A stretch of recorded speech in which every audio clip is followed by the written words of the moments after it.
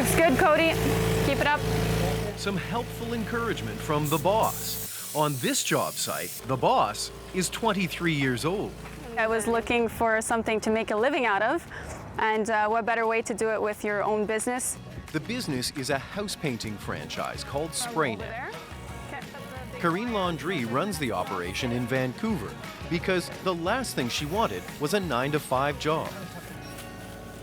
We're always looking for that opportunity to not stay in an office and have a boss tell you what to do all day long. Others her age clearly feel the same way. Finish it like that. Some, like Laundrie, want more out of life than an old-fashioned traditional job, and some, also like Laundrie, get a helping hand. My parents actually own the franchise, and I operate it. But before everyone born before 1982 starts rolling their eyes and dismissing the bank of mom and dad, consider who the Landrys bought the franchise from. You're already growing out of this place. I'd say so. If you look around, we're one on top of the other, right? So, yeah.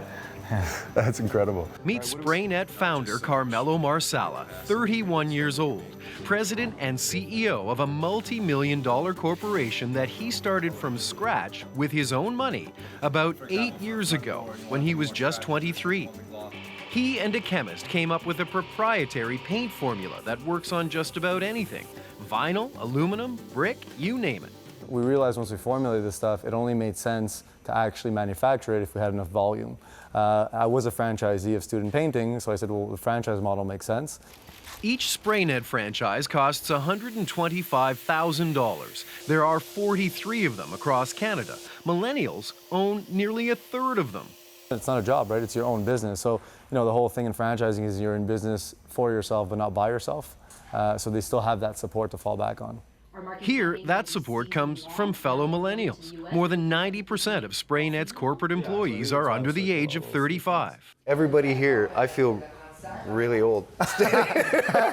So our brand is relatively strong. Ann Stone teaches marketing at UBC's Sauder School of Business. She's also a former vice president of Dairy Queen and Coca-Cola. She says millennials and franchising are a perfect match. The franchising space needs new ideas from millennials because millennials are becoming the most important customer of franchising brands.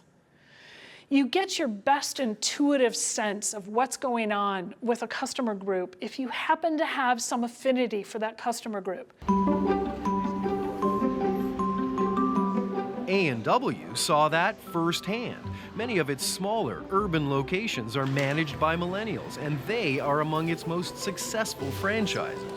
So we intentionally thought we're going to actually go out and try and find those folks and bring them into our business, and thus we created what we call our Urban Franchise Associate Program.